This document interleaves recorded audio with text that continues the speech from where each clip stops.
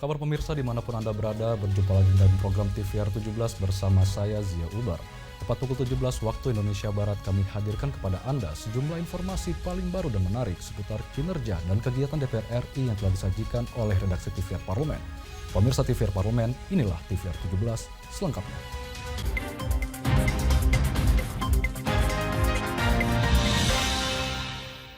Wakil Ketua Komisi 8 sekaligus anggota Tim Was Haji DPR RI Marwanda Sopang sayangkan adanya penggunaan produk negara lain dan pemalsuan merek dalam bahan baku makanan yang digunakan untuk catering jemaah haji Indonesia.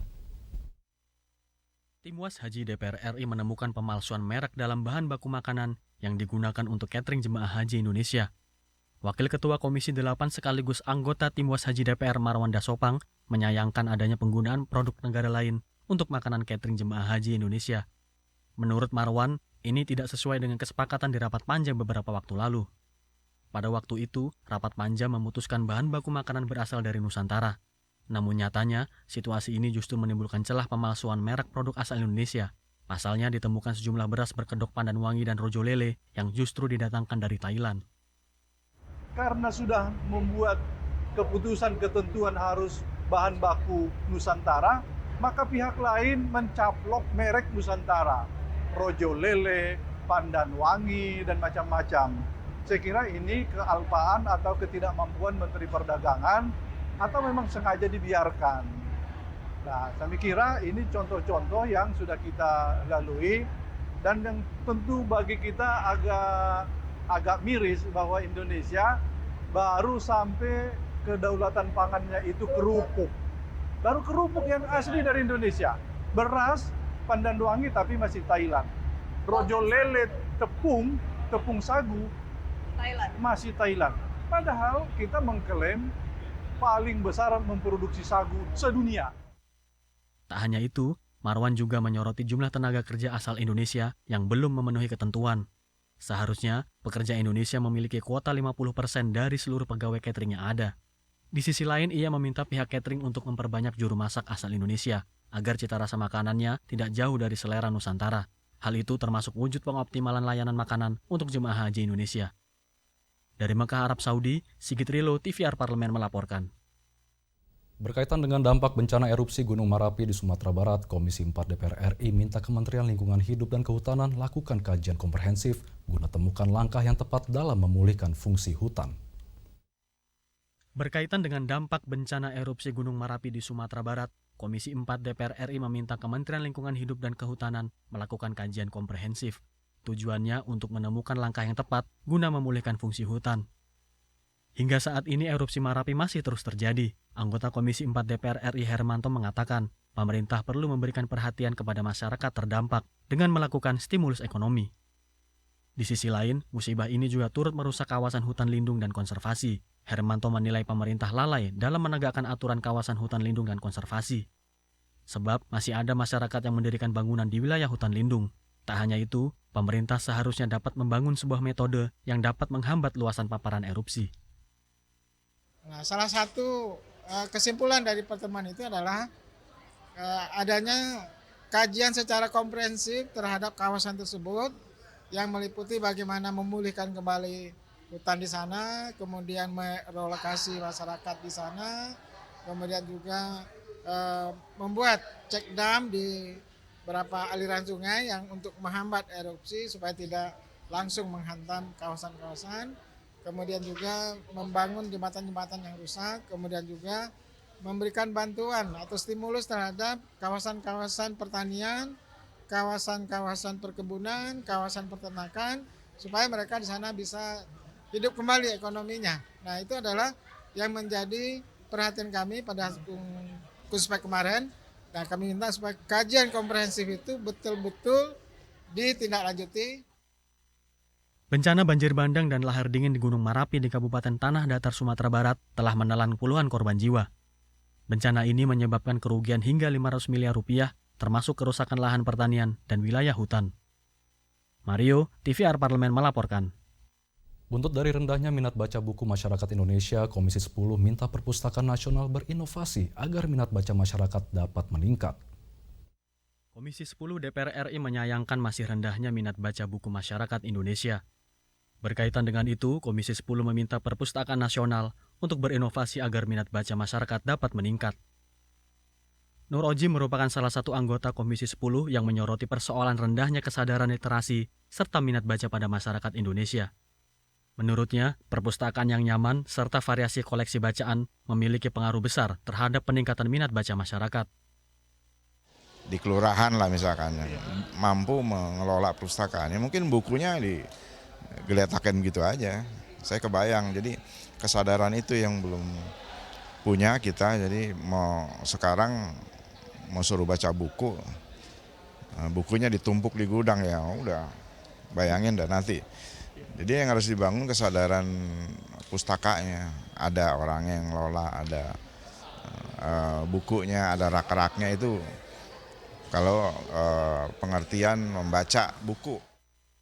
Sementara itu, anggota Komisi 10 DPR RI Iliza Saaduddin berharap pemerintah dapat lebih memperhatikan kondisi perpustakaan nasional.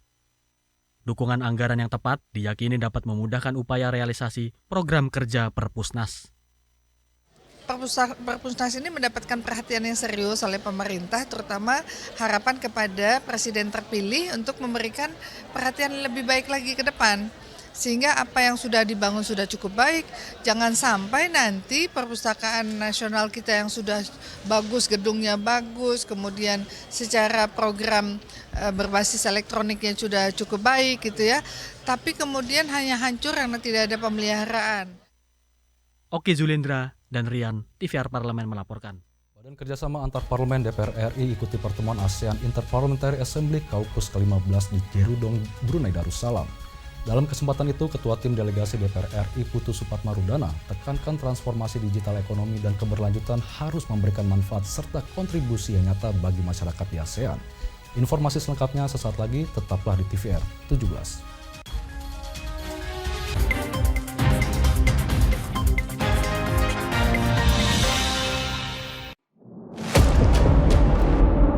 Sini ditambang. Konflik yang terjadi, Sini tidak mengizinkan. masalah yang tersisihkan menjadi kesenjangan sosial. Ya namanya rakyat kecil gak bisa apa-apa, mau komplain juga gak didengar. Sebab apa? Itu menyangkut isi perut kami semua. Bagaimana memutus keterbatasan untuk didengar? Jadi kalau misalnya masyarakat sudah merasa tidak lagi ada yang memperjuangkan aspirasinya, maka masyarakat memang sangat berhak untuk meminta dewan yang mewakili mereka di parlemen. Kami menyusuri batas-batas peristiwa, mengurai berbagai polemik yang terjadi, meluruhkan suara-suara marginal, menjadi nyata dalam setiap aspirasi, melaksanakan tugasnya sebagai wakil rakyat. Saksikan Aksi Dewan setiap hari Senin dan Rabu pukul 10.30 waktu Indonesia Barat, hanya di TVR Parlemen. DPR RI memiliki fungsi diplomasi dalam menjalankan politik luar negeri sesuai dengan pasal 116 Undang-Undang MD3. Kontribusi aktif BKSAP DPR RI memainkan peranan penting dalam memenangkan persaingan global melalui IPU, IPA, IPPF, AIPA, dan PUIK. BKSAP memiliki komitmen yang tinggi dalam krisis kemanusiaan dunia. Fungsi diplomasi dijalankan untuk mendukung upaya pemerintah dalam melaksanakan politik luar negeri.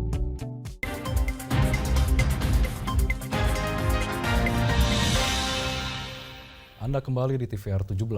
Masyarakat yang termarginalkan dan tidak memiliki akses terhadap finansial harus menjadi fokus dalam transformasi digital ekonomi dan keberlanjutan. Dalam forum AIPA KAUKUS ke-15, DPR RI mendorong pentingnya kerjasama pemerintah dan parlemen untuk memperkuat keamanan siber. Simak informasi mendalam yang telah disajikan oleh tim redaksi TVR Parlemen dalam segmen Lensa Parlemen berikut ini.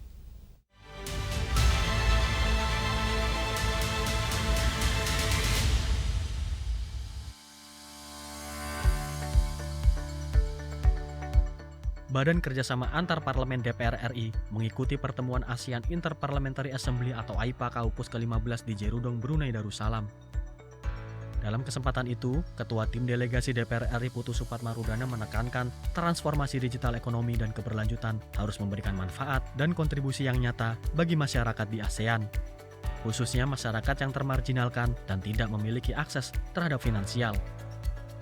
Dalam sesi Tripartite Forum Panel Digital Transformation and Sustainability itu, Putu membahas pentingnya kerjasama pemerintah dan parlemen untuk memperkuat keamanan siber.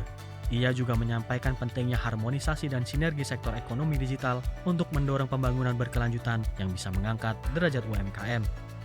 Bahwa kesustainability-an atau kesinambungan yang berkelanjutan itu justru adalah transformasi digital yang memberikan tools dan komitmen kepada masyarakat yang terbawah, dalam hal ini usaha mikro, kecil, dan menengah.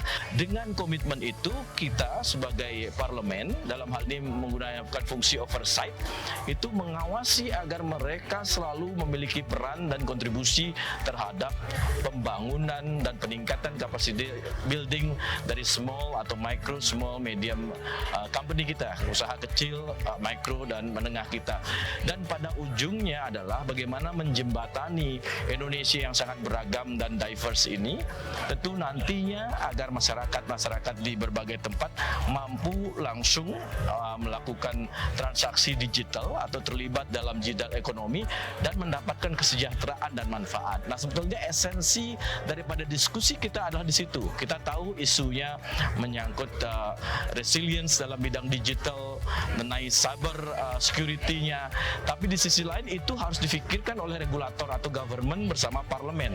Tapi rakyat pada ujungnya mereka harus mendapatkan kesejahteraan daripada transformasi digital yang terjadi, dan tentu isu ini kita angkat dan kita ingin memastikan bahwa apa yang kita miliki di berbagai tempat di belahan ASEAN ini mampu juga bersanding dan mampu kita pasarkan ke berbagai tempat di seluruh dunia dengan konsep daripada digital transformation itu. Kita berharap semua pihak dapat mendapatkan manfaatnya.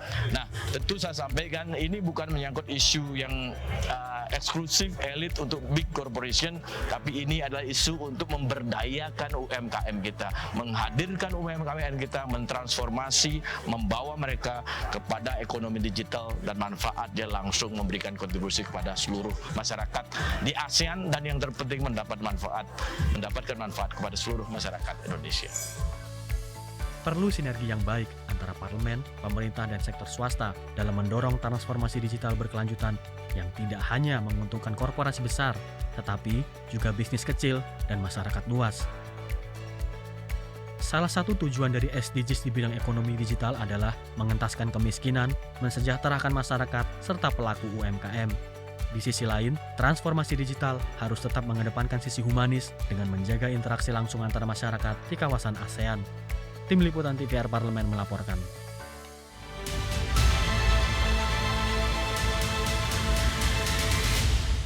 Timwas DPR RI gelar rapat koordinasi lintas sektor guna memaksimalkan layanan jemaah haji jelang pelaksanaan puncak haji yang akan berlangsung beberapa hari lagi. Informasi selengkapnya akan kami hadirkan sesaat lagi, tetaplah di TVR 17.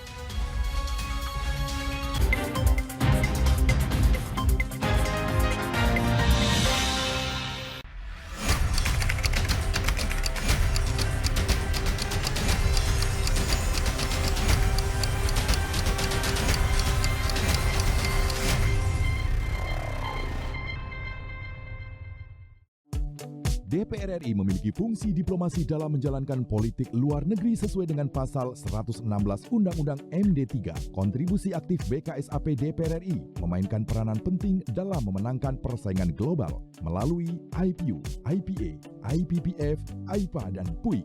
BKSAP memiliki komitmen yang tinggi dalam krisis kemanusiaan dunia. Fungsi diplomasi dijalankan untuk mendukung upaya pemerintah dalam melaksanakan politik luar negeri.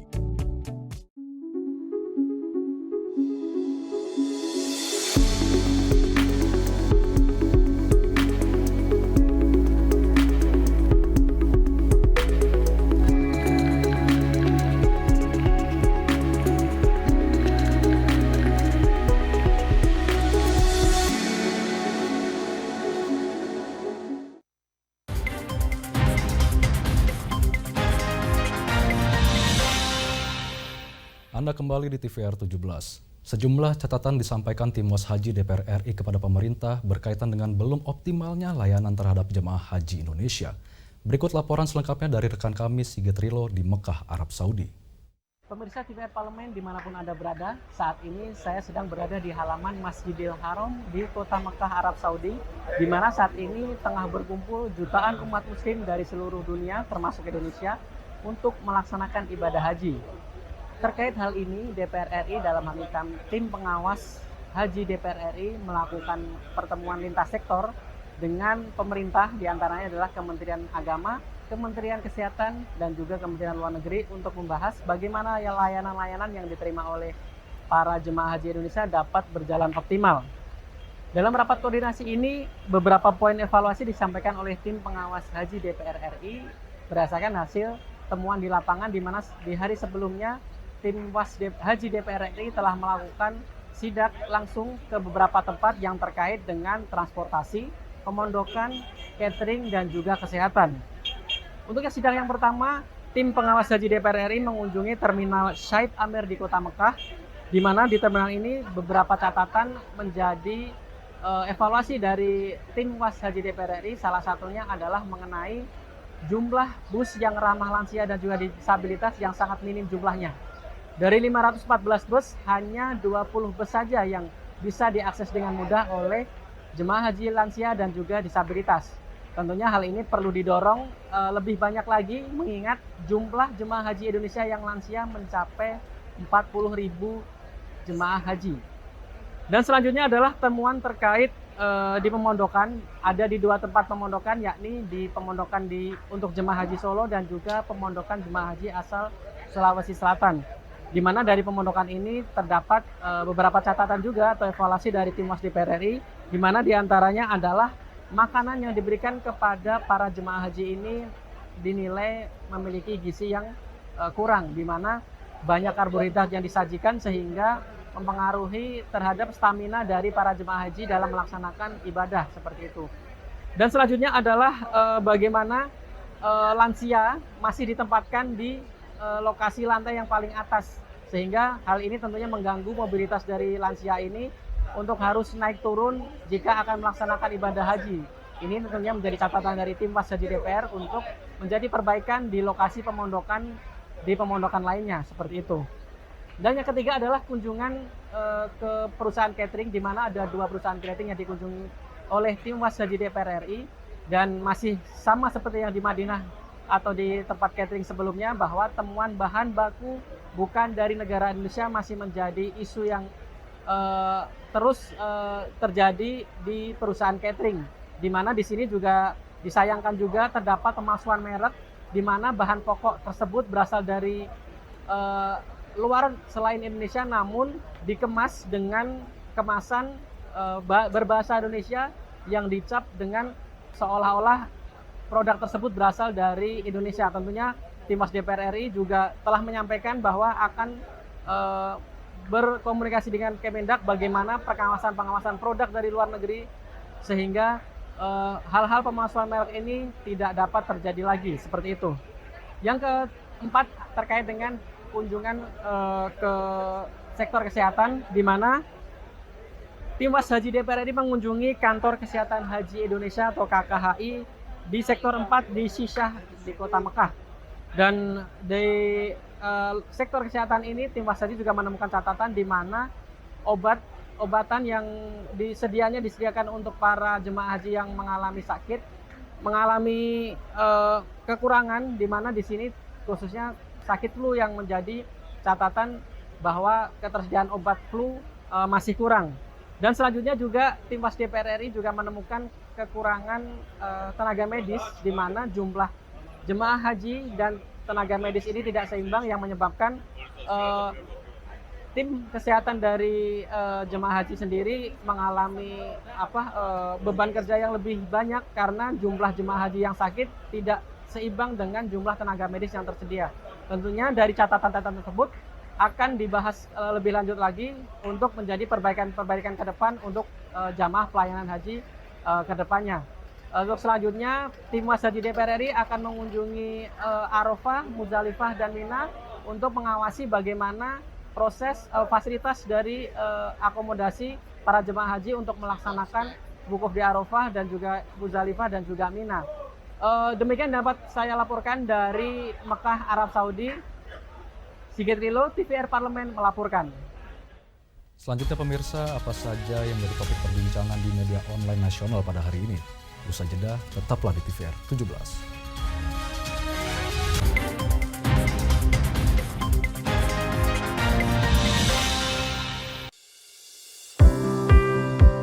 Mengenal tugas dan fungsi DPR RI. Dewan Perwakilan Rakyat atau DPR adalah lembaga negara yang mewakili aspirasi rakyat. Kehadiran DPR RI merupakan salah satu bukti bahwa Indonesia merupakan negara demokrasi. Sebagai salah satu lembaga perwakilan rakyat, apa saja tugas dan fungsi yang diemban DPR RI? Berdasarkan pasal 20A ayat 1 Undang-Undang Dasar 1945, DPR memiliki 3 fungsi, yakni fungsi legislasi, anggaran, dan pengawasan. Tugas dan wewenang DPR berbeda untuk setiap fungsinya. Yang pertama, fungsi legislasi. Menyusun program legislasi nasional atau prolegnas, menyusun dan membahas rancangan undang-undang, menerima rancangan undang-undang yang diajukan oleh DPD, membahas rancangan undang-undang yang diusulkan oleh Presiden ataupun DPD, menetapkan undang-undang bersama dengan Presiden, menyetujui atau tidak menyetujui peraturan pemerintah pengganti undang-undang yang diajukan oleh Presiden untuk ditetapkan menjadi undang-undang. Yang kedua, fungsi anggaran.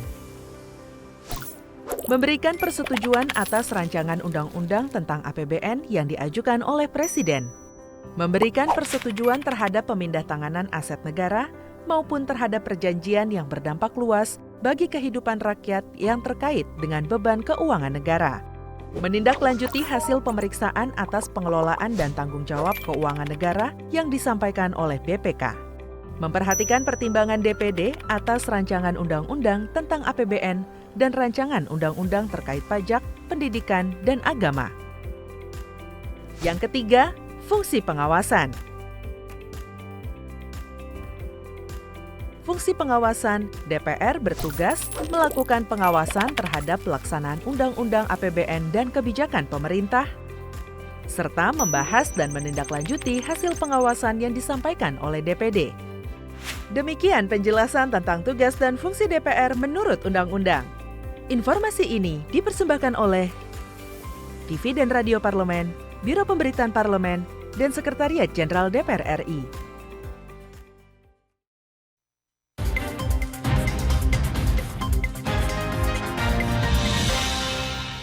Anda kembali di TVR 17. Pemirsa, kali ini kita masuk ke segmen media online nasional. Mari kita simak isu apa saja yang menjadi sorotan media serta tanggapan dari sejumlah anggota Dewan bersama rekan kami, Umam Hidayat.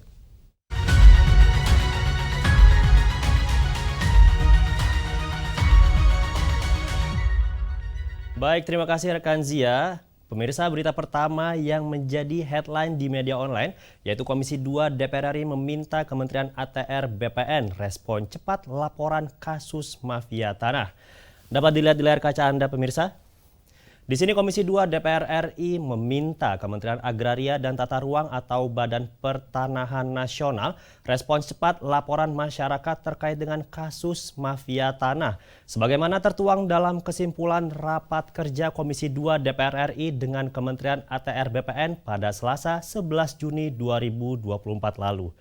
Kementerian ATR BPN diminta untuk segera merevisi Peraturan Menteri ATR BPN nomor 21 tahun 2020 terkait penanganan dan penyelesaian kasus pertanahan untuk meminimalisasi gerak mafia tanah.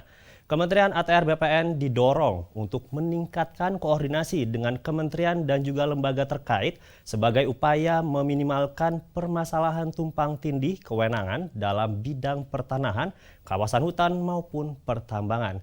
Dan pemirsa, selain itu Komisi 2 juga mendukung Kementerian ATR BPN melakukan percepatan penerbitan rencana detail tata ruang yang menjadi acuan penerbitan perizinan kesesuaian kegiatan pemanfaatan ruang, serta meminta Kementerian ATR BPN mengkaji ulang kebijakan sertifikat elektronik mengingat tingginya ketergantungan pada teknologi yang membutuhkan kesiapan dari berbagai aspek seperti anggaran, sumber daya manusia, infrastruktur, aksesibilitas, dan juga keamanan. Dan pemirsa, kita beralih ke berita selanjutnya yang menjadi headline di media online, yaitu Komisi 11 DPR RI setujui pagu anggaran 2025 Kemenq setelah bahas efisiensi. Dapat dilihat di layar kaca Anda pemirsa. Di sini Komisi 11 DPR RI berikan persetujuan pagu indikatif Kementerian Keuangan untuk tahun anggaran 2025 senilai 53,19 miliar rupiah dengan memperhatikan asas efisiensi dan kemampuan keuangan negara dalam memenuhi kebutuhan penyelenggaraan pemerintahan negara yang efektif dalam APBN 2025. Dan pemirsa, hal ini juga disampaikan oleh Ketua Komisi 11 DPR RI Kahar Muzakir saat memimpin rapat kerja dengan Menteri Keuangan Republik Indonesia pada Selasa 11 Juni 2024. Dan pemirsa, sebelumnya Wakil Ketua Komisi 11 DPR RI Dolfi sempat singgung alasan efisiensi yang kerap kali digunakan Kemenq dalam membatasi anggaran untuk kementerian dan juga lembaga pemerintahan lainnya. Menq berkilah bahwa penambahan anggaran sekitar 5 triliun rupiah ini diperlukan untuk memfasilitasi program-program prioritas, salah satunya yaitu implementasi Cortex System yang sedang dikembangkan oleh Direktorat Jenderal Pajak. Pengembangan Cortex bertujuan untuk memodernisasi sistem administrasi perpajakan yang ada dengan mengintegrasikan seluruh proses bisnis inti administrasi perpajakan, mulai dari pendaftaran, wajib pajak, pelaporan SPT, pembayaran pajak, hingga pemeriksaan dan juga penagihan pajak. Dan pemirsa, itu tadi headline di media online pada hari ini, yaitu Komisi 2 DPR RI meminta Kementerian ATR BPN respon cepat laporan kasus mafia tanah, serta Komisi 11 DPR RI yang setujui pagu anggaran 2025 Kemenq setelah bahas efisiensi. Kembali ke rekan Zia.